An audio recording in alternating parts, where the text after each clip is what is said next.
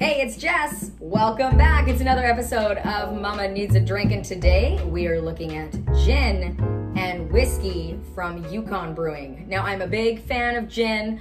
I love a gin and tonic, gin and soda, gin in a cocktail. I just love gin. Whiskey, yeah, gotta be honest, don't drink a lot of whiskey on its own.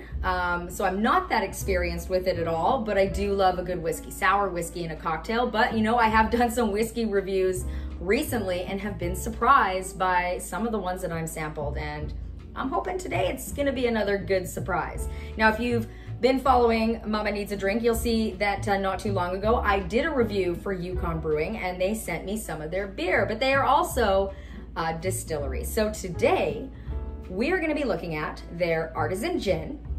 We're also gonna be looking at what they call their two brewers line, and they're both single malt whiskeys. One is called the Release 21 Classic and the Release 20 Innovative.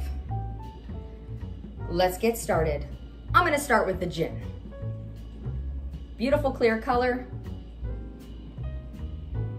Yeah, really floral with the juniper, almost a little bit citrusy on it.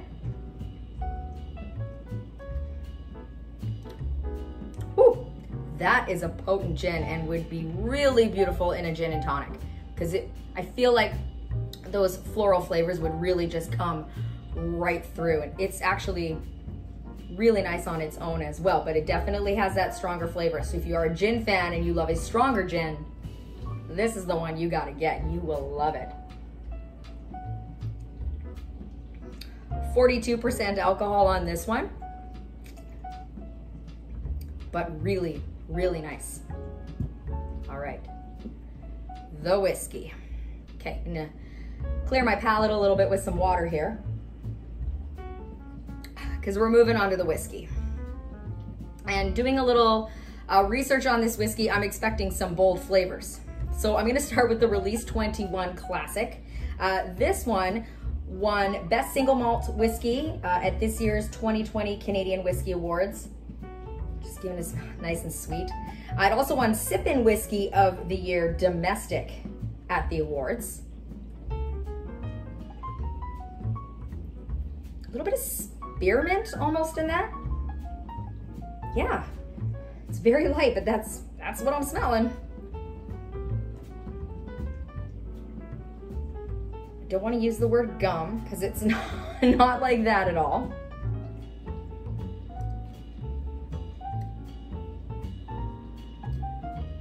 Yeah, it's a really nice lighter whiskey. It's really good. I'm enjoying this one. Would be wicked in like a whiskey sour of some kind.